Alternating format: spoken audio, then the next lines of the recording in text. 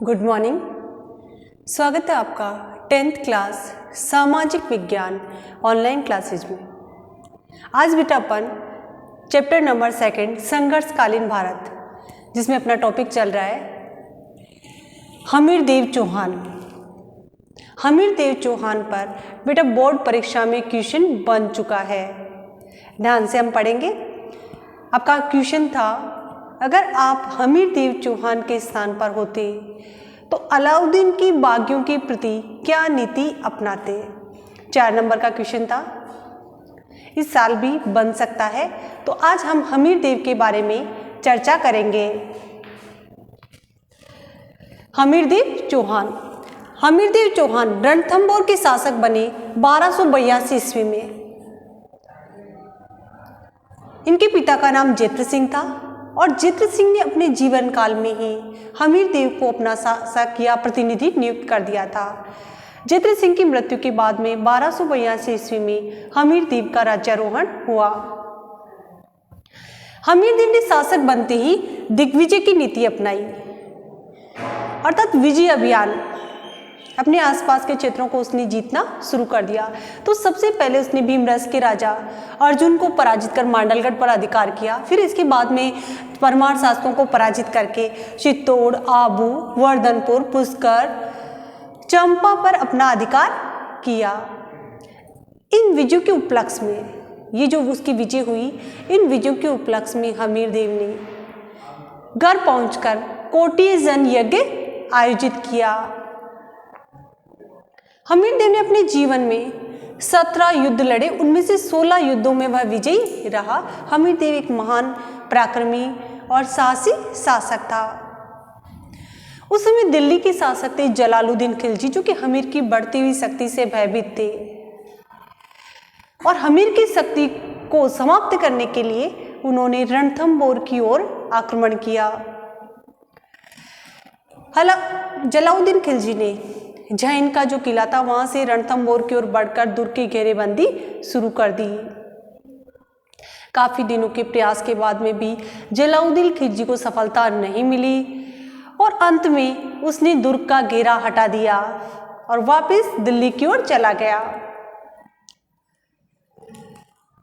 1296 ईस्वी में जलालुद्दीन खिलजी के जो भतीजे थे, दामाद थे अलाउद्दीन खिलजी, उन्होंने जलालुद्दीन खिलजी की हत्या कर दी और दिल्ली के शासक स्वयं बन गए। अलाउद्दीन खिलजी भी एक महत्वाकांक्षी शासक था और रणथंभौर के चौहानों की बढ़ती हुई शक्ति से भयभीत था, सशंकित था। तो उसे कोई बहाना चाहिए था रणथंभौर पर आक्रमण करने के लिए, और वो बहाना उसे मिल गया। अलाउद्दीन खिलजी रणथंभौर जीतने की योजना बनाना चाहता था। उसी समय कुछ घटनाएं ऐसी घटित हुई कि उसे रणथंभौर पर आक्रमण करने का मौका मिला, और वह घटना थी हमीर महाकाव्य के अनुसार अलाउद्दीन की बागी मंगोल मोहम्मद शाह और केबरू, जो कि लूट का माल लेकर के हमीर की शरण में आए और हमीर ने उन्हें शरण दे दी। हमीर की सेना ने जब उनकी मांग की तो हमीर ने शरण में आए हुए व्यक्तियों को देने से इनकार कर दिया। कहा कि हमारे राजस्थान में परंपरा नहीं है कि शरणार्थियों को सौंप दिया जाए।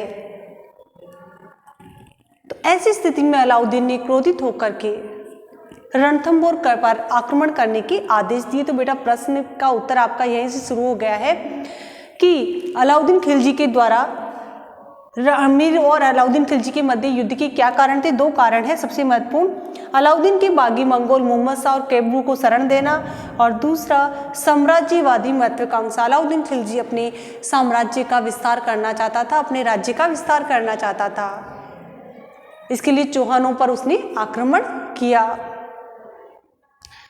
अलाउद्दीन खिलजी ने 1299 ईस्वी में अपनी सेना की कमान सौंपी उलुग खान और नुसरत खान को। उलुग खान और नुसरत खान के नेतृत्व में शाही सेना ने रणथंभौर दुर्ग को घेरना शुरू कर दिया। तो शाही सेना ने सबसे पहले रणथंभौर दुर्ग की कुंजी यानी चाबी कहलाने वाले जैन के किले पर आक्रमण किया। हमीरदेव उस समय कोटि जन यज्ञ में व्यस्त थे, मौन व्रत धारण कर रखा था। तो उसने अपने सेना नायक भीम सिंह और धर्मपाल सिंह को युद्ध का नेतृत्व सौंपा। कुछ ही समय में उन्होंने उलुग खान और नुसरत खान को पराजित कर दिया। तो ऐसी स्थिति में भीम सिंह किले की ओर वापस बढ़े, लेकिन उलुग खान ने फिर से एक बार आक्रमण कर दिया और रणथंभौर की ओर बढ़ करके, लेकिन वापस जब उनको पराजय मिली तो वो दिल्ली की ओर लौट पड़े। ऐसी स्थिति में अलाउद्दीन को खुद दिल्ली छोड़ करके युद्ध में आना पड़ा। अलाउद्दीन खिलजी एक विशाल सेना लेकर के रणथंभौर की ओर रवाना हो गए। दुर्ग पर घेरा डाला गया। घेरा काफी समय तक बना रहा, लेकिन किसी को भी विजय प्राप्त नहीं हो रही थी। ऐसी स्थिति में अलाउद्दीन खिलजी ने छल का सहारा लिया, छल कपट का। वीरता से वह हमीर को पराजित नहीं कर पाया, तो उसने हमीर देव के दो सेना नायक रणमल और रतिपाल को अपनी ओर मिला लिया और ये कहा कि अगर वह उनका साथ देंगे अलाउद्दीन खिलजी का, तो बाद में रणथंभौर का दुर्ग उन्हें सौंप दिया जाएगा। तो ऐसी स्थिति में रणमल और रतिपाल ने जो दुर्ग का गुप्त मार्ग था वह खिलजी को बता दिया। इतिहासकारों के अनुसार तुर्क सेना के द्वारा लंबी घेराबंदी के कारण दुर्ग के भीतर भी खाद्य सामग्री का अभाव हो रहा था। तो ऐसी स्थिति में युद्ध होना अवश्यंभावी हो गया। हमीर ने केसरिया धारण किया और उसकी पत्नी रानी रंगदेवी और उनकी पुत्री पद्मला ने जल जोहर किया। जल में कूद करके अपनी जान दी। सैनिकों ने केसरिया वस्त्र धारण किए। दोनों पक्षों में जमकर युद्ध हुआ। 11 जुलाई 1301 ईस्वी में हमीर देव चौहान लड़ते हुए वीर गति को प्राप्त हुए। रानी रंगदेवी और पद्मना ने जल जोहर किया और अलाउद्दीन का रणथंभौर के दुर्ग पर अधिकार हो गया। रणमल और रतिपाल, जिन्हें सम्राट बनाने का आश्वासन दिया गया था, उनको अलाउद्दीन खिलजी ने मार दिया कि जो अपनों के नहीं हुए वो किसी और के क्या हो सकते हैं। रणथंभौर दुर्ग के समय में अलाउद्दीन खिलजी के साथ अमीर खुसरो, जो कि एक इतिहासकार थे, वो भी इस युद्ध में थे। हमीर हट के विषय में प्रसिद्ध हुआ। अपनी शरण में आए हुए व्यक्तियों को उसने वापस नहीं लौटाया, भले ही अपनी जान देनी पड़ी। हमीर के बारे में कहा गया है, सिंह सवन सतपुरस वचन कदली फलत एक बार, तिरिया तेल हमीर हट चढ़े न दूजी बार। इसका अर्थ यह है कि जो सतपुरुष वचन होते हैं और कदली यानी कदली का जो पेड़ एक बार ही फलता है, स्त्री के तेल यानी शादी के समय जो तिल लगाया जाता है वो एक बार ही होता है, उसी प्रकार हमीर हट भी एक बार ही चढ़ता है, दूजी बार नहीं। और हमीर इतिहास में हमेशा के लिए अमर हो गए। हमीर ने अपने पिता जय सिंह के 32 वर्षों के शासनकाल में के याद में न्याय की छतरी का निर्माण करवाया। हमीर के पिता ने 32 वर्षों तक शासन किया था और इसके लिए 32 खंभों की छतरी उसे उन्होंने बनाई, जिसे न्याय की छतरी कहा जाता है। हमीर देव ने अपनी पुत्री पद्मला की याद में पद्मला तालाब का निर्माण करवाया। हमीर देव के दरबार में विजयादित्य नामक महान कवि रहता था। हमीर की मृत्यु के साथ ही रणथंभौर के चौहानों की शाखा समाप्त हो गई। बेटा, हमीर देव पर बोर्ड परीक्षा में प्रश्न अवश्य बनता है, बहुत ही इंपॉर्टेंट टॉपिक है।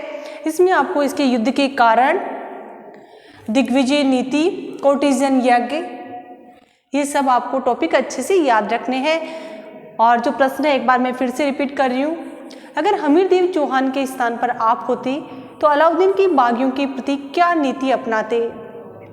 तो हमें इसमें हमीर देव शासक कब बना, इस युद्ध के क्या कारण थे, और लास्ट में हमें ये लिखना है कि अगर हमीर देव चौहान के स्थान पर हम होते तो अलाउद्दीन के बागियों के खिलाफ अपनी परंपरा के अनुसार शरण में आए हुए व्यक्तियों को वापस नहीं लौटाने की कवायद हम भी करते। Thank you.